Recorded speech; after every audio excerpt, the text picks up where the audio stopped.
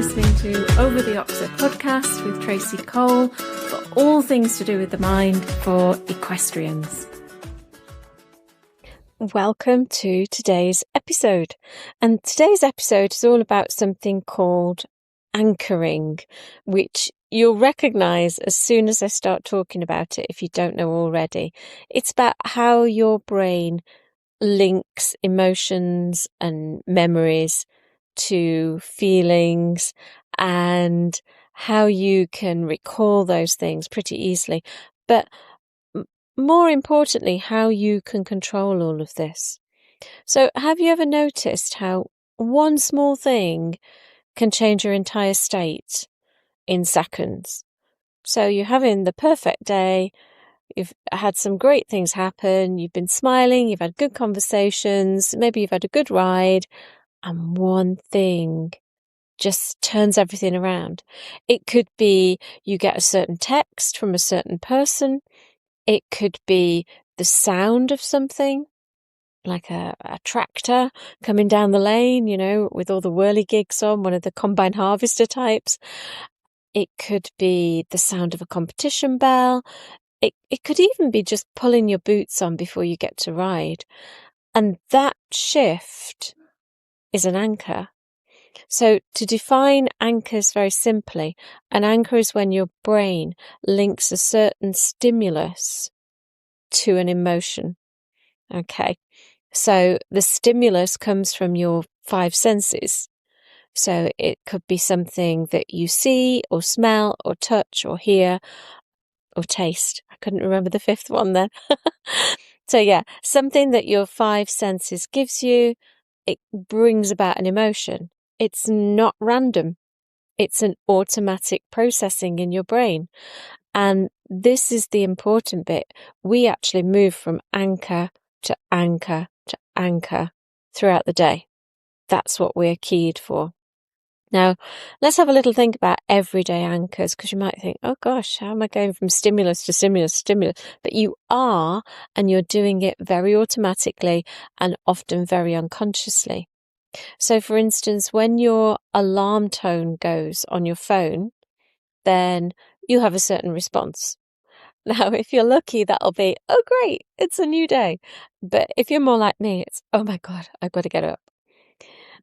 You might see a letter from the bank or from, the tax people or something, and it's on the outside of the envelope and your heart sinks.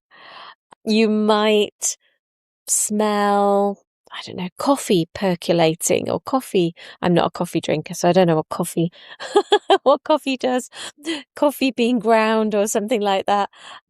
And that makes you feel a certain level of comfort.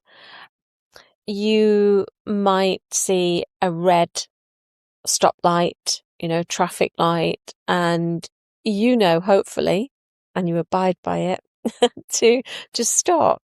You don't need to think, oh, what colour is it? Oh, what do I do if it's red? Oh, I need to stop. Right, what do? I put my foot on the brake. You do it automatically. You don't think about it. And we have those anchors throughout the day. You're anchored to how to drive your car. You're anchored to how to get on your horse. Doesn't it feel really strange when you get on your horse on the right side of the horse instead of the left side of the horse? And that's to do with anchoring, because we're very comfortable. There might be some physiological reason as well that, it's easier because we're so conditioned to getting on the same side. But, a lot of these things are very natural anchors. We don't even think about them. They just bring on a certain mood or a certain emotion. What's it feel like when you've done all your jobs for the day? Everything, all the chores are done, and you sit down. So it's cued and it's automatic. And your nervous system is constantly pairing a stimulus with an emotion, even if the emotion's neutral, even if the emotion is, a bit of boredom. There's that constant stimulus and emotion. Now, the emotion doesn't necessarily mean that it's going to be positive, because sometimes we're anchored negatively. And some of those negative anchors are things that make us feel bad before we've even thought about it. And this is why mindset, and in particular NLP, is so useful, because it can stop the way that automatic wiring goes. So how did we ever set up anchors in the first place? Well, they weren't accidental.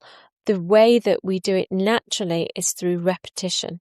And you think about when you go to a new job, or you move yard, or you move house, and things are in different places, and you have to think it through. Or, where did I put the knives and forks?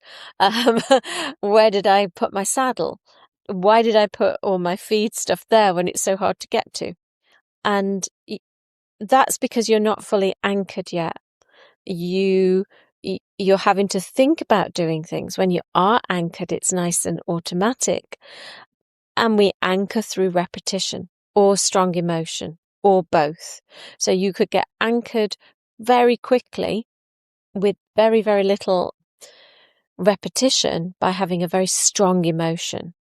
So if, let's say, something fabulous happens at a certain venue, you win, you get the red rosette, you're first in the class, this has never happened, it's absolutely wonderful. You may develop an anchor to that venue.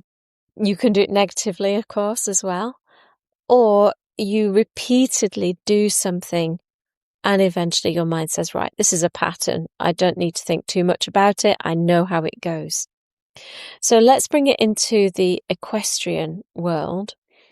Think about these types of anchors. So when you walk into a warm-up arena, what emotion does that give you? When you hear a bell to start your round, or a car horn in some cases, how does that make you feel?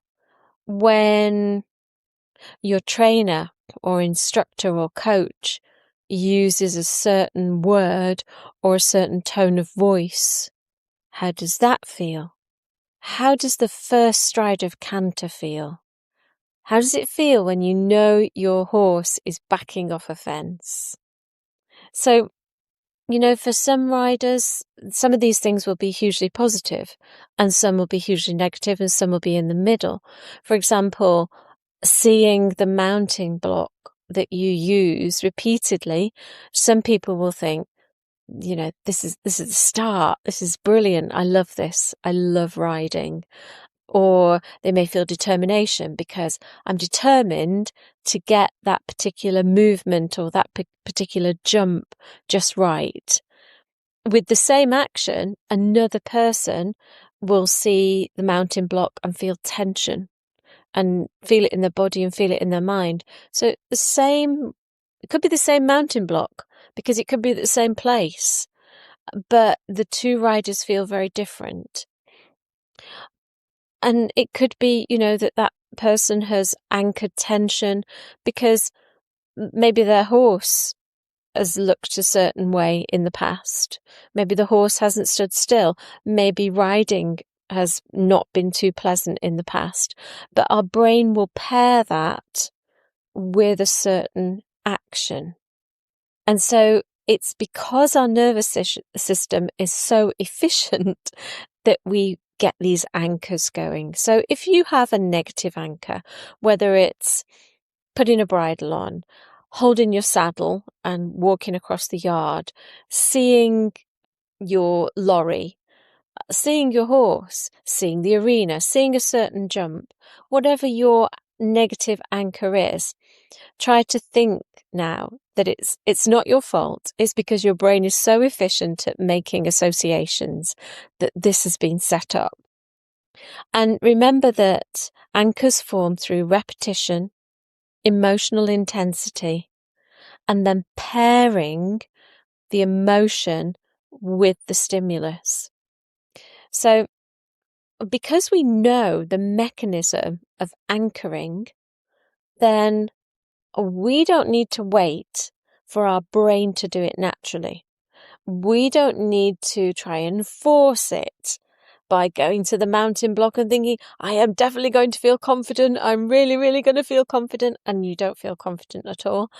Your brain knows you're not confident. You're just kind of masking or trying to pretend in some way.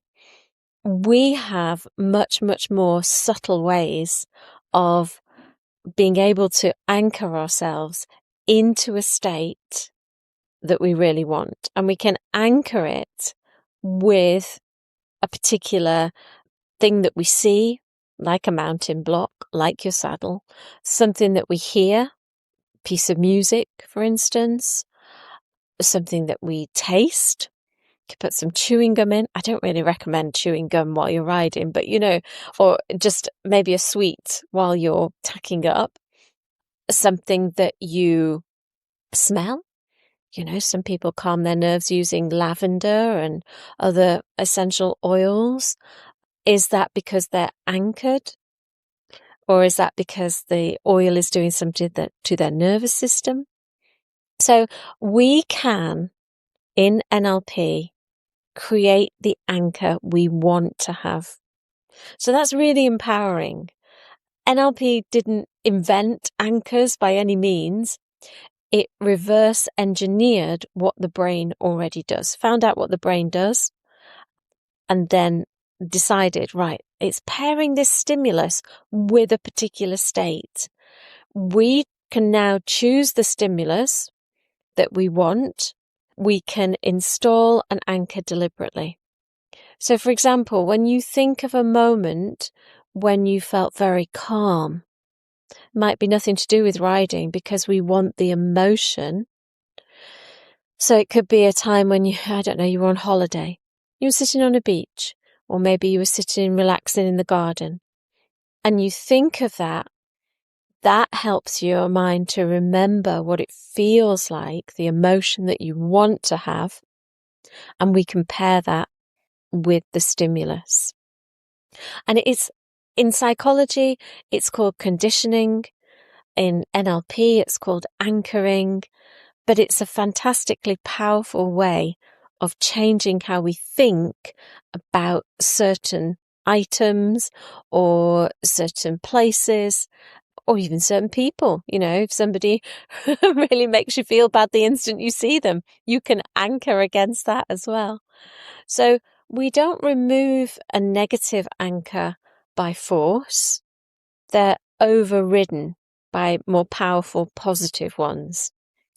So we're not fighting against an old pattern and forcing ourselves, but we are installing a more powerful, positive one. And we install it repeatedly, and it probably takes, maybe 10 minutes if you're doing it right from scratch. Maybe 12 minutes. We're not talking a long series of techniques here.